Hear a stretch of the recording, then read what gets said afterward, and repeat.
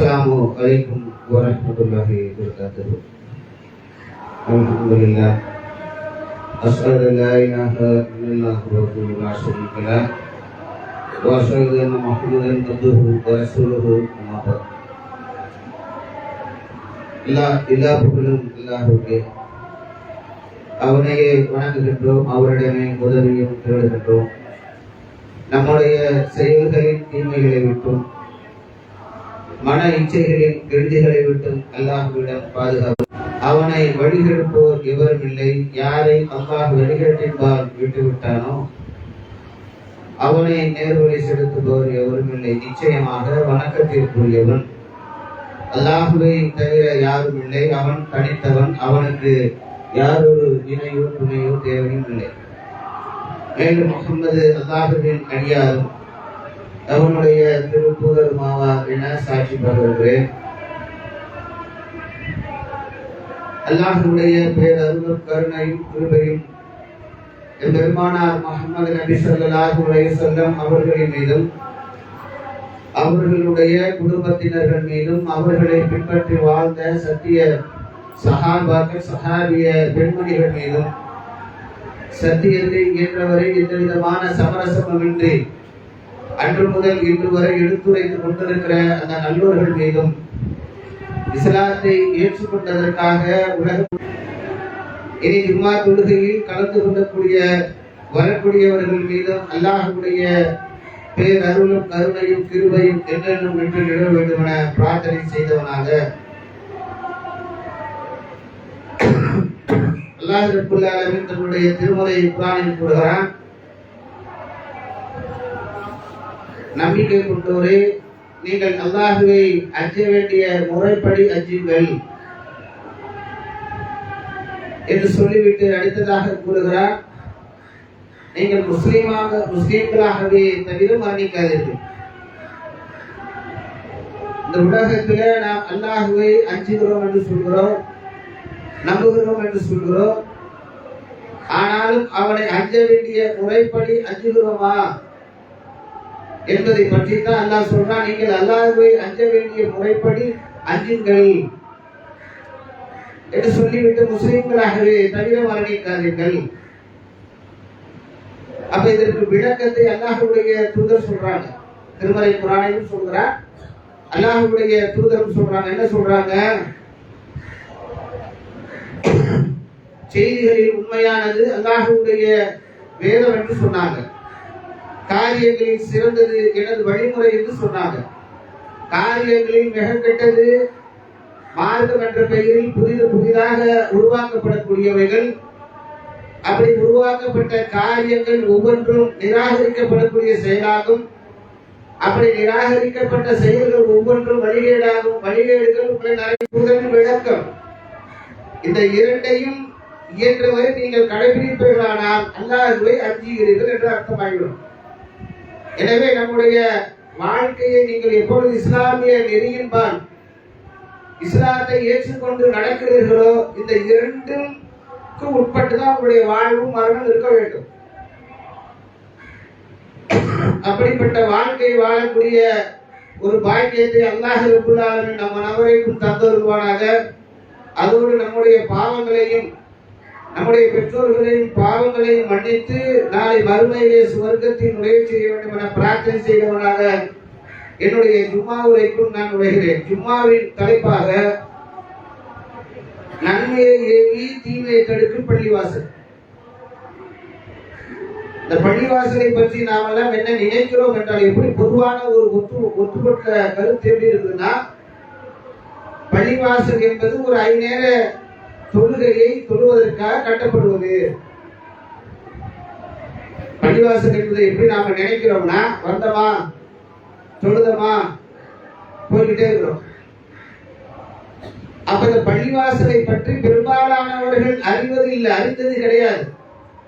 அப்படியே அறிந்திருந்தாலும் அதற்கேற்றவாறு நம்முடைய செயல்பாடுகளை அமைத்துக் கொள்வதும் கிடையாது. அப்படி செயல்பாடுகளை அமைத்துக் கொண்டவர்களும் வர வர குறைந்து கொண்டே போகிறார்கள். அப்ப பள்ளிவாசல் என்பது நாம் என்ன நினைச்சிட்டு இருக்கோம்னா, பொது புத்தி பெரும்பாலானவர்கள் அது வேலை தொழுவதற்காகத்தான் கட்டப்பட்டிருக்கு அப்படின்னு நாம் நினைத்துக் கொண்டிருக்கிறோம். ஆனால் உண்மையாகவே பள்ளிவாசலை பற்றி அல்லாஹ் ரப்பல் ஆலமீன் நிறைய விஷயங்களை திருமறை குர்ஆனில் சொல்லியிருக்கிறார். அல்லாஹ்வுடைய தூதர் பள்ளிகள் எப்படிப்பட்டது செயல்முறை நடைமுறைப்படுத்தி காட்டியிருக்கிறாங்க. அப்ப திருமறை குர்ஆனில் அல்லாஹ் ரப்பல் ஆலமீன் பள்ளிவாசலை பற்றி சொல்லும் பொழுது முஸ்லிம்களுக்காக உலக மனிதர்களுக்காக முதலாக கட்டப்பட்ட பள்ளிவாசலை உதாரணம் காட்டுறான். எதை உதாரணம் காட்டுறான்? முதலாக அல்லாஹ் ரப்பல் ஆலமீனுக்காக முதலாக உருவாக்கப்பட்ட பள்ளியை உதாரணம் காட்டுறான். என்ன காட்டுறான்? 3:96 மூன்றாவது அத்தியாயம் 96வது வசனத்திலே கூறுகிறார், நிச்சயமாக மனிதர்களுக்காக முதலில் நிறுவப்பட்ட ஆலயம் அப்படின்னு என்ன சொல்றான்? காபாவை சொல்றான். காபாவை பற்றி சொல்லும் போது என்ன சொல்றான் அப்படின்னா, இது மனிதர்களுக்காக முஸ்லிம்களுக்காக சொல்லல, மனிதர்களுக்காக முதலாக உருவாக்கப்பட்ட ஒரு ஆலயம் எதுவென்றால் அது காபா. உருவாக்கப்பட்ட ஒரு பள்ளி வாயில் அது காபத்துல்லா சொல்லிவிட்டு அது எதற்காக உருவாக்கப்பட்டது தெரியுமா? ஏற்பட்ட ஒன்று இருக்குது, அது மனிதர்களுக்கு நேர்வழியை காட்டும், அது பரக்கத்தும் அருளும் நிறைந்ததாக இருக்குது அப்படின்னு சுட்டி காட்டுறான். அப்ப அந்த பள்ளிக்கு மட்டும்தான் இருக்கா? வேற பள்ளிகளுக்கு இல்லையா? பள்ளிகளுக்கு உதாரணமாக முன்னுதாரணமாக அதை காட்டுறான். உலகத்துல 3 பள்ளிவாசல் சிறப்புக்குரியது, அது தனி. ஆனாலும் பொதுவாக பள்ளிவாசல்களை பற்றி அல்லாஹ் ரப்பல் ஆலமீன் கூறும் பொழுது இந்த 2 விஷயத்தை பள்ளிவாசல்களுக்கு உதாரணமாக, பள்ளிவாசல் மூலமாக மனித சமூகத்திற்கு கிடைக்கக்கூடிய பலன்களை பற்றி இந்த 2 வரிகளிலேயே சொல்லிடுறான். ஒன்று அருள், இன்னொன்று பரக்கத்து. அதாவது அருள் என்றால் நேர்வழி. அப்ப இது 2ம் கிடைக்கக்கூடிய இடமாக இருக்கக்கூடிய இந்த பள்ளிவாசல்களை நாம நினைச்சிட்டு இருக்கோம். 5 நேரத்தோடு தான் போனோமா வந்தோமா, பள்ளிவாசல என்ன நடக்குது ஏது நடக்குது அது சம்பந்தமான என்ன விஷயம், அது ஏதோ ஒருத்தர் யாரோ ஒருத்தர் கட்டட மாதிரி கட்டி போட்டு வச்சிருக்கிறாங்க. அவங்க என்ன செய்யறாங்க, ஏதோ நமக்கு தேவையில்லை, தொழுதமா போனோமா வேலையை பார்த்தோமா இருப்போம்பா என்று ஒரு பெரும்பாலான ஒரு கூட்டம் இருக்குது. ஆனா பள்ளிவாசல் அப்படித்தான் அல்லாஹ்வுடைய தூதர் உருவாக்குனாங்களா? எதற்காக அல்லாஹ் ரப்பல் ஆலமீன் பள்ளிவாசலை கட்டுபவர்களுக்கு மறுமையில ஒரு மாலையை கட்டி தருவோம் ஏன் சொல்றார்? அப்ப பள்ளிவாசல் இல்லைன்னா அல்லாஹ்வுடைய தர்ஜா குறைஞ்சு போயிடுமா? அல்லாஹ்வுடைய தகுதி குறைஞ்சு போயிடுமா? பள்ளிவாசல் இல்லைன்னா அல்லாஹ்வுடைய ஆற்றல் எல்லாம் குறைஞ்சு போயிடுமா? கிடையாது. பள்ளிவாசல் என்பது அல்லாஹ்வுக்காகத்தான் கட்டப்பட்டாலும் அந்த மனிதர்களுக்கானது. அல்லாஹ் சொல்றான் பாருங்க, என் பெயரை கொண்டுதான் நீ உருவாக்குற, ஆனால் அதனுடைய பலன்கள் எல்லாம் யாருக்கு? எனக்கா? நான் தான் அனைத்துக்கு அப்பாற்பட்டவனாச்சு. அப்ப இந்த பலன்களை பெறப்போவது யார்? நீதான். அப்ப இந்த பலன்களை பெறுவதற்காகத்தான் பள்ளிவாசலை எல்லாம் கட்ட சொல்றான். பள்ளிவாசலை கட்டுவதற்குரிய பரிசையும் அல்லாஹ் ரப்பல் ஆலமீன் தருகிறான். அப்ப அந்த நிலையில பள்ளிவாசல் என்பது மிகவும் பயனுள்ளதாக இருக்குது என்பதையும் அந்த திருமறை குர்ஆனில் நாம் பார்க்க முடியுது. அல்லாஹ்வுடைய நல்ல வசதி வாய்ப்புகளோட இருந்தா ஒரு பள்ளியை உருவாக்கணும். நம்ம இருக்கிறவங்க நம்ம சொந்தக்காரங்க, நல்ல வசதி மிக்கவங்க, போய் கேட்டா என்ன செய்வாங்க? பள்ளிவாசலுக்காக வாய் கொடுப்பாங்க, பள்ளிவாசலை இலகுவா கட்டிடலாம். ஆனா அல்லாஹ்வுடைய தூதர் உயர்குலத்துல பிறந்தவர், குறைஷ் என்ற உயர்குலத்துல பிறந்தவர், மிகப்பெரிய செல்வந்தர்கள், அல்லாஹ்வுடைய தூதராக இருக்கிறாரு. அப்படிப்பட்ட நிலையில அந்த பள்ளி கட்ட முடியல. மிகப்பெரிய எதிர்ப்பு. எத்தனை ஆண்டு காலம்? 1 ஆண்டு காலம், 2 ஆண்டு காலம், 13 ஆண்டு காலமாக ஒரு பள்ளியை கட்ட முடியல. தொழுகையே மறைந்து தான் தொழுதாங்க. அப்ப எவ்வளவு வருத்தப்பட்டிருப்பாங்க அல்லாஹ்வுடைய தூதர். எவ்வளவு பெரிய விசாலமானதை கொண்ட ஒரு பள்ளியை கட்டி அதன் மூலமாக எவ்வளவு நன்மைகளை பிற்காலத்தில் செஞ்சாங்க. அப்படிப்பட்ட நிலையில் ஒரு பள்ளியை அவர்களால் உருவாக்க முடியல, அல்லாஹ்வுடைய தூதரால் உருவாக்க முடியல. அப்ப என்ன செய்யறாங்க? நிறைய அவர்களுக்குள்ளாக உள்ளத்திலே வருத்தம் இருக்குது. அப்ப அந்த நிலையிலே முதலாக ஒரு பள்ளி கட்டப்பட்டது. எப்ப கட்டுது? அல்லாஹ்வுடைய தூதரால கிடையாது. 13 வருஷமா தான் இருக்கிறாங்களே, பள்ளி தான் கட்டப்படவில்லையே. எப்ப கட்டுறாங்க? ஒரு பள்ளி எப்ப கட்டுறாங்கன்னா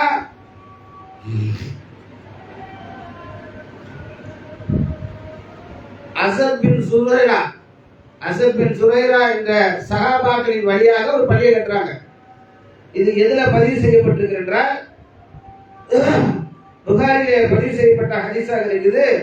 அசத் பின் சுரைரா ரலியல்லாஹு அன்ஹு ஒரு பள்ளியை உருவாக்குறாங்க. எப்படி உருவாக்குறாங்க? நம்மள மாதிரி மாட மாளிகள் கோட கோபுரங்கள் மாதிரிலாம் கட்டி டைல்ஸ் வச்சு ஏசி வச்சு அப்படிலாம் உருவாக்கல. ஒரு கற்கள் நிறைந்த சும்மா சுத்தி கற்கள் இருக்கிற ஒரு நிலம் மாதிரி இருக்கும். அப்படிப்பட்ட ஒரு இடத்துல அந்த பள்ளி மாதிரி ஒரு கட்டமைப்பை உருவாக்குறாங்க. எப்ப உருவாக்குறாங்க? இவங்க வந்து மதீனாவாசிங்க. இந்த முதலாக பள்ளி கட்டப்பட்டது அந்த பாறை வடிவீடு பாறை இதுல வச்சு கட்டாங்கன்னு சொல்றேன்ல, இவர்கள் வந்து மக்காவாசி கிடையாது, மதீனாவாசிங்க. இவர்களை போன்றவர்கள்லாம் மக்கா அந்த காபத்துல்லா கூடக்கூடிய நேரத்திலும் வருவாங்க, பிற சில நேரங்களிலும் வருவாங்க. ஆனால் வந்து இந்த காபத்துல்லாவுடைய எல்லோரும் மக்கள் வர்றாங்கல்ல காபத்துல்லாவை நோக்கி, அந்த நேரத்தில் பெரும்பாலானவர்கள் அல்லாஹ்வுடைய தூதரை சந்திக்க முடியாது. ஏன்னா நிறைய கண்காணிப்புல இருக்கும். மற்ற நேரங்களில் சாதாரணமா வர்ற மாதிரி வந்து அல்லாஹ்வுடைய தூதரை சந்திப்பாங்க, இஸ்லாத்தை பத்தி கேட்பாங்க, அறிஞ்சுக்கிட்டு போவாங்க. இஸ்லாத்தை ஏற்றுக்கொள்ளவர்களும் இருக்காங்க, இஸ்லாத்தை ஏற்றுக்கொள்ளாமல் அதை பற்றி சிந்தனையோடு செல்பவர்களும் இருப்பாங்க. அப்படிப்பட்ட ஒரு நிலையில தான் அசத் பின் சுரைரா ரலியல்லாஹு அன்ஹு அங்கிருந்து வர்றாங்க. முதல் முறையா வர்றாங்க, அல்லாஹ்வுடைய தூதர் இஸ்லாத்தை பத்தி கேட்கிறாங்க, உங்களுக்கு மறைஞ்சுதான் போய் கேட்கிறாங்க, போயிடுறாங்க. மறுபடியும் ஒரு 6 பேரோடு வர்றாங்க. வந்தவொடனே அசத் பின் சுரைரா ரலியல்லாஹு அன்ஹு அல்லாஹ்வுடைய தூதர் ஏவுறாங்க, நீங்க போய் ஜும்மா நடத்துங்க. இந்த ஜும்மாவினுடைய நன்மைகள் எல்லாம் முதல்ல அவருக்கு தான் ஒரு பங்கு. முதலாக ஜும்மாவை நடத்தியவர் அவர் தான்.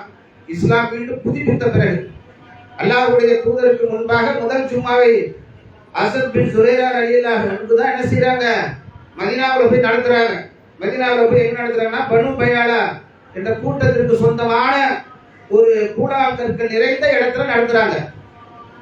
அப்ப நீங்க போய் என்ன செய்யுங்க, ஜும்மா நடத்துங்க. இங்க வழி இல்ல, அல்லாஹ்வுடைய தூதருக்கு வருத்தம், அதனால என்ன செய்யுங்க, அங்க போய் நடத்துங்க அப்படின்னு சொன்ன உடனேயே அல்லாஹ்வுடைய தூதரின் கட்டளைக்கு இணங்க அந்த செய்திகளை பெற்றுக்கொண்டு அங்க போய் என்ன செய்யறாரு, மதீனாவுல போய் ஜும்மாவை நடத்தினார். ஜும்மாவை நடத்தினுடைய விளைவு என்ன தெரியுமா?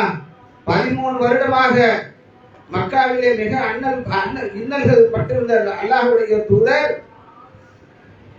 மதீனாவுக்கு சென்றவுடனேயே மிகப்பெரிய வரவேற்பு இருக்கு. எப்படி ஏற்பட்டது? மக்காவில் ஒரு வரவேற்பு ஏற்படுது. அல்லாஹ்வுடைய தூதர் வெளியூர்ல இருந்து வர்றாங்க, மக்காவில் மக்கள் வரவேற்கிறாங்கன்னா அதுல ஒரு நியாயம் இருக்குது. ஏன்? சொந்த பந்தங்கள் எல்லாமே அங்கதான் இருக்குது, அல்லாஹ்வுடைய தூதராகவும் இருக்கிறாங்க. அங்க ஒரு வரவேற்பு கிடைச்சதுன்னா அதுல ஒரு லாஜிக் இருக்கு, அதுல ஒரு நியாயம் இருக்குது. மதீனா என்பது எங்கேயோ இருக்குது, அல்லாஹ்வுடைய தூதருக்கு சம்பந்தம் இல்லாத ஊரு. ஆனாலும் அங்கே போன உடனே அல்லாஹ்வுடைய தூதரை வரவேற்றாங்களே. எப்படி வரவேற்கிறாங்க? கூட போன சகாபாக்களுக்கு ஒரு மனைவியை விட்டு தர்றாங்க. 2 மனைவிகள் இருக்காங்களா, ஒரு மனைவியை தலாக் கொடுத்து நீங்க கட்டிக்கங்க, தங்களிடம் வசதிகள் இருந்தால் சொத்துல பாதி கொடுக்குறாங்க. தங்களிடம் சொத்து அல்லாஹ்வுடைய தூதர் முதலாக மதீனாவிலே சென்று நீ ஜும்மாவை நடத்து என்று சொன்னார்களே, அதன் மூலமாக விளைந்தது. அப்ப அல்லாஹ் சொல்ற நேர் வழியும் அருளும் பரக்கத்தும் இருக்குதா? பள்ளி வாயில்கள் ரொம்ப இலகுவாக நினைக்கிறோமே, இந்த பள்ளி வாயில்கள் மூலமாக ஏற்பட்ட விளைவை பாத்தீங்களா? மதீனாவுல அல்லாஹ்வுடைய தூதர் போன உடனேயே இதெல்லாம் கொடுக்குறாங்க.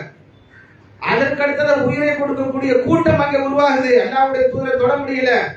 அப்படிப்பட்ட கூட்டத்தை உருவாக்கியது எது? எந்த இடம்? பள்ளிவாசல். அப்ப இந்த பள்ளி வாயில் எப்படி முக்கியத்துவம் வாய்ந்ததுன்னு பாருங்க. பள்ளிவாசல்கள் இல்லாமல் நீங்கள் இந்த செய்திகளை அறிந்து கொள்ள முடியுமா? தனியா பாப்பீங்களா? தனியா பார்த்துருப்போமா? நாம அல்லாஹ்வுடைய தூதர் என்ன சொல்லி இருக்கிறாங்க, திருமறை குர்ஆன் என்ன சொல்லுது, தனிப்பட்ட முறையில நமக்கு பாடம் போதித்திருப்பார்களா? இந்த பள்ளி வாயில்கள் மூலமாகத்தான் மதரசாக்கள் உருவாக்கப்பட்டது. இல்லைன்னா மதரசாக்கள் உருவாக்கப்பட்டிருக்குமா? ஏன்? அதான் சொல்ற, பள்ளி வாயில் என்பது நன்மையை ஏவி தீமையை தடுக்கக்கூடிய இடம். நன்மையை ஏவி தீமையை தடுக்கக்கூடிய. நாம நினைச்சுக்கிட்டு இருக்கோம் சர்வசாதாரணமா, என்னங்க இது இத்தனை பள்ளி தேவையா சொல்றாங்க. நாம சொல்லுவோம் இன்னும் பள்ளி தேவை. காலகட்டங்கள் ஆபத்தானதாக இருக்குது. விடிஞ்சு பார்க்கறதுக்குள்ள இது ஏன் இடங்கிறான்.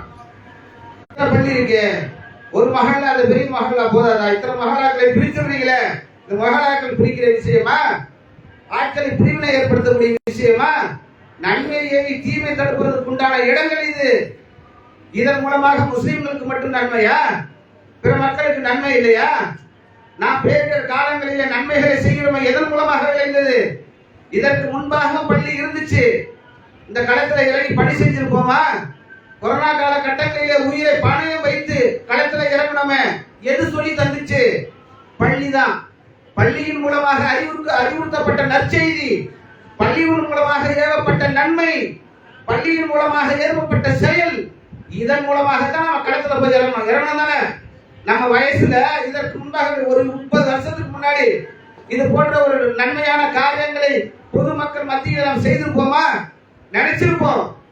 ஆனால் அது செய்திருப்போமா? ஒரு ஒன்றிணைத்தது எது? பள்ளி வாயில். ஒன்றிணைத்து இதை செய்ய என்று சொன்னது எது? பள்ளி வாயில். அதற்கு காரணம் அல்லாஹும் அல்லாஹ்வுடைய தூதர். அல்லாஹ்வுடைய தூதரும் அந்த காரியத்தை செய்து காட்டினாங்க. அப்படி காட்டினதுனாலதான் பள்ளியை பற்றி அல்லாஹ் ரப்பல் ஆலமீன் சொல்கிறான், இந்த பள்ளி என்பது அருளும் பரக்கத்தும் நிறைந்தது. அருள் என்றால் நேர்வழி என்று நாம் இதன் மூலமாக அறிந்து கொள்ள வேண்டும். எனவே பள்ளியை என்ன செய்யக்கூடாது? நாம் சாதாரண ஒரு கட்டணமாக நினைத்துக் கொள்ளாது. அது அல்லாஹ் கட்டிட்டாங்க, இது கொடுத்தா நன்மை கிடைக்கும். நமக்கு கொடுக்குறாங்களா 10, 5, 50, 100 ஏதோ ஒன்று கொடுத்தா நம்ம அப்படி கிடையாது. பள்ளி என்பது பல வேலைகளை செய்வதற்காக அல்லாஹ்வுடைய தூதர் ஏற்படுத்தினாங்க. அவங்க வரலாற்றுல பார்க்கிறோம்ல, அல்லாஹ்வுடைய தூதர் என்ன செஞ்சாங்க? போர் பயிற்சி அங்கதான் நடக்கும். போர் பயிற்சி அங்கதான் நடக்கும். அதே போல மக்களுக்கு தான தர்மங்களை அங்கதான் செய்வாங்க. தொழுகையோடு தான தர்மங்களை செய்வதும், போர் பயிற்சிகள் நடப்பதும், வெளிநாட்டினர் வந்தாலும் உபசரித்து அங்கே ஆலோசனை செய்வதும் எல்லாமே அங்கதான் நடந்துச்சு. அப்ப பள்ளிகள் என்பது வெறும் தொழுவதற்காக மட்டும் உருவாக்கப்பட்டதல்ல, பலவிதமான நன்மைகளை ஏவுவதற்கும் தீமைகளை தடுப்பதற்கும் உருவாக்கப்பட்ட ஒரு ஆலயம் அது. அதனால்தானங்க மனுஷன் தொழுக வந்தா முதல்ல மனிதனுக்கு தேவையானது எது? சிறுநீர் கழிக்க இடம். பள்ளிகளை உருவாக்கி இருக்கிறோமா இல்லையா? சிறுநீரை கழிப்பதற்கும் மலம் கழிப்பதற்கும் ஒரு இடம் இருக்கு. இப்படிப்பட்ட இடத்தை எங்க தேர்ந்து பார்ப்போம். அரசாங்கத்தினால் கூட செய்து கொடுக்க முடியவில்லை. 70 ஆண்டு காலத்திற்கு மேலாக இந்தியா சுதந்திரம் பெற்றுவிட்டது. நீங்கள் சிறுநீர் கழிப்பதற்கு மலம் கழிப்பதற்கும் ஒரு பொதுவான இடத்தை தெருவில் அமைத்து தர முடியல. இப்பதான் கொஞ்ச நாள் அங்க சில இடங்கள்ல இருக்குது. எவ்வளவு அவஸ்தைப்படுவோம் அந்த ஒரு விஷயத்தை நினைச்சு பாருங்க. எவ்வளவு பெரிய நன்மை அது. ஒருவர் சிறுநீரை தங்கு தடையின்றி கழிப்பதற்கு உதவக்கூடிய இடம் எதுவாக? பள்ளிவாசல் தானே. தொழுக வர்றோம், சிறுநீர் கழிக்கணும், ராகத்தான் இருக்கும். போய் சிறுநீர் கழித்து ஒளி செய்து விட்டு வந்து தொழுதோம் என்றால் ஒரு நிம்மதி இருக்கும். சின்ன விஷயம், பார்க்கறது கேட்கறது சின்ன விஷயம் தான். சிறுநீர் கழிப்பதற்கான இடம் சிறு விஷயம் கூட தான் தெரியும். இதன் மூலமாக பல நன்மைகள் உங்கள் உடல் ஆரோக்கியமாக இருப்பதற்கு உதவும். அப்ப இதெல்லாம் உருவாக்குனது இருந்தோம். பல இடங்கள்ல பள்ளிவாசலை பார்த்தோம்னா குளிக்கிறதுக்கு இடம் இருக்கும். ஊர் மக்கள்லாம் பார்த்தோம்னா குளிக்கிறதுக்கு ஏற்பாடு செஞ்சு வச்சிருப்பாங்க, ஆண்கள் பெண்கள். இதெல்லாம் எதன் மூலமாக ஏற்படுது? பள்ளினாலதான். பள்ளியில உருவாக்கி இருப்பாங்களா?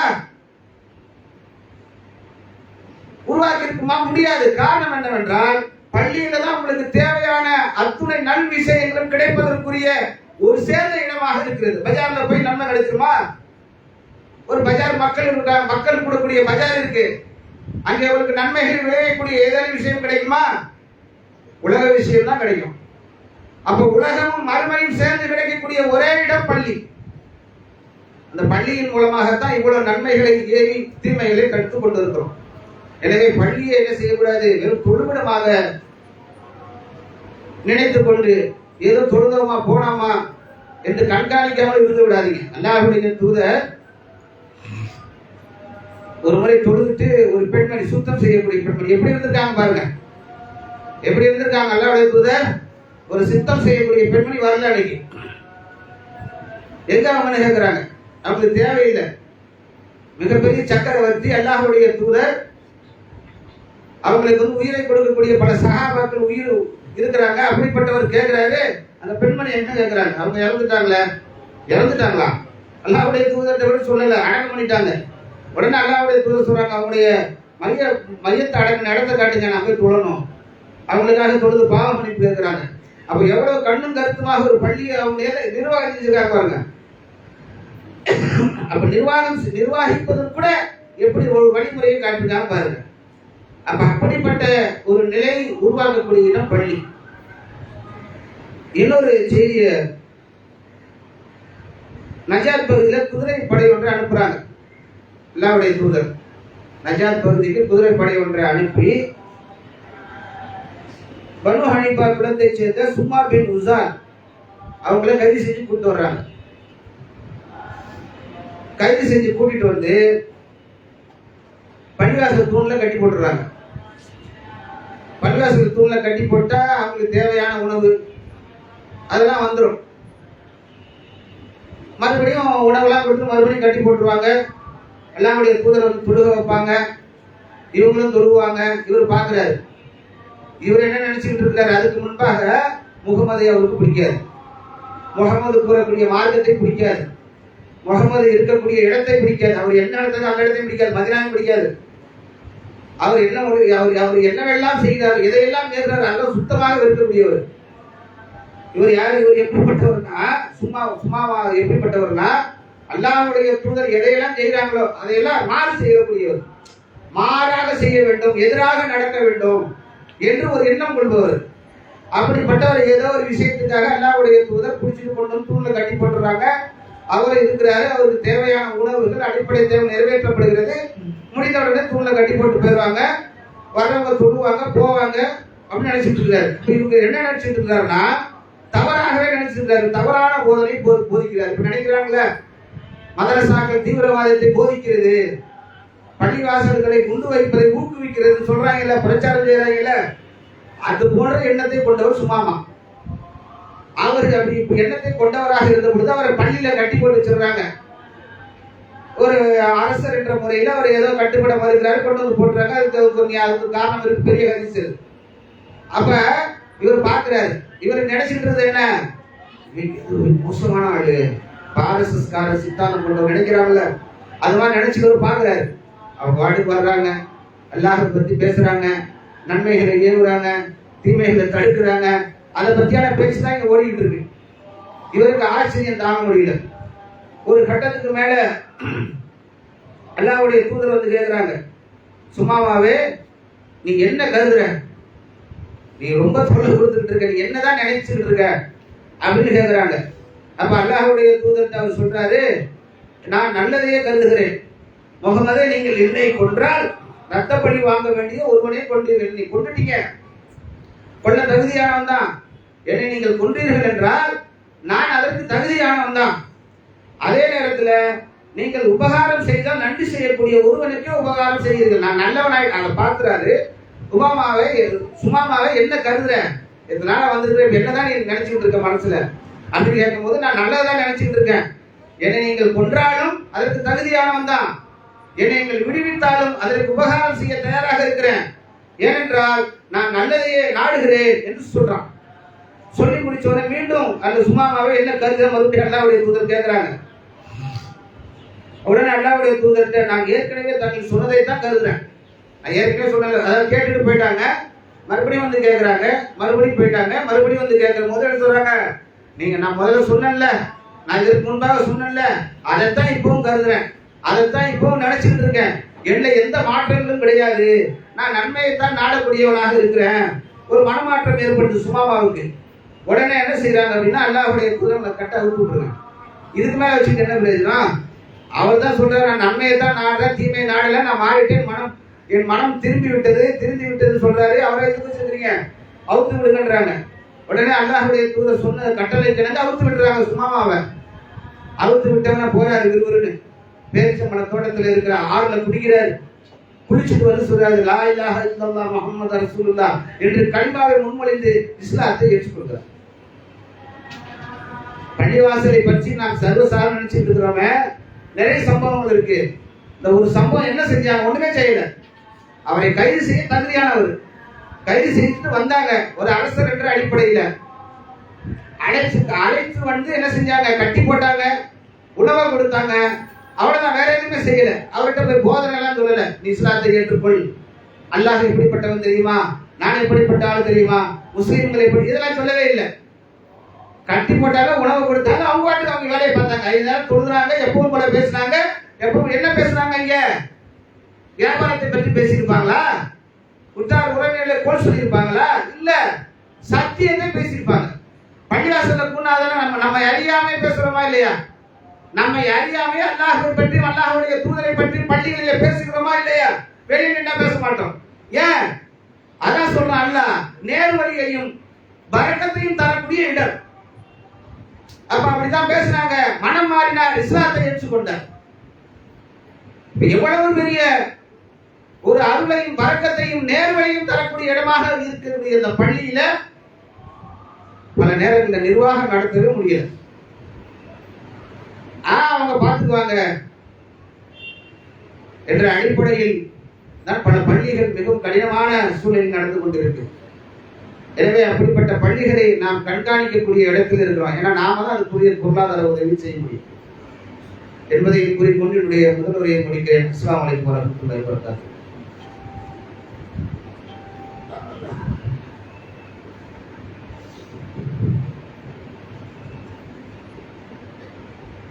அஸ்ஸலாமு அலைக்கும் வரஹ்மத்துல்லாஹி வபரகாத்துஹு. கண்ணியமிக்க எல்லாம் உள்ள அல்லாஹ்வின் நல்லடியார்களே, நாளை மறுமையிலே அல்லாஹ் ரப்பல் ஆலமீன் சொல்கிறான், அர்ஷின் நிழலில 7 பேருக்கு இடம் தருவான். அதில் ஒருவர் யார் என்றால் பள்ளியில் தொடர்பு வைத்துக் கொள்பவர். இப்போ பள்ளியில் தொடர்புனா 5 நேரம் தொழுகிறது, அது எல்லாரும் தானே தொழுகிறோம். பெரும்பாலானவர்கள் 5 நேரம் தொழுதானே செய்யறோம். இப்போ மாற்றங்கள் இருக்கு. அது பள்ளியில் தொடர்புனா என்ன? பள்ளியிலே அதனுடைய வளர்ச்சிக்கு, அதனுடைய பணிகளுக்கு உழைப்பையும் பொருளாதாரத்தையும் அவர்களால் என்னென்ன முடியுமோ அதன் மூலமாக அவர்கள் நன்மையை செய்வது. ஏன்னா நன்மையை செய்வதற்கு உண்டான ஒரு ஒட்டுமொத்த களஞ்சியமாக பள்ளிவாசல் இருக்குது. அப்ப அந்த களஞ்சியத்தில் விளையக்கூடிய நன்மைகளை பெறுவது என்பது பள்ளியுடன் தொடர்பு கொள்வது. அப்ப பள்ளியில நம்ம ஒரு பள்ளிக்கு வர்றோம், அந்த பள்ளியில ஏதோ தொழுதமா வந்தமா போனமான்னு இல்லாம அந்த பள்ளிகளில் அதிகமாக நன்மைகளை செய்யக்கூடிய காரியங்களை ஊக்குவிக்க வேண்டும். செய்யலைன்னா கேட்கணும், ஏன் செய்ய மாட்டேன்றீங்க?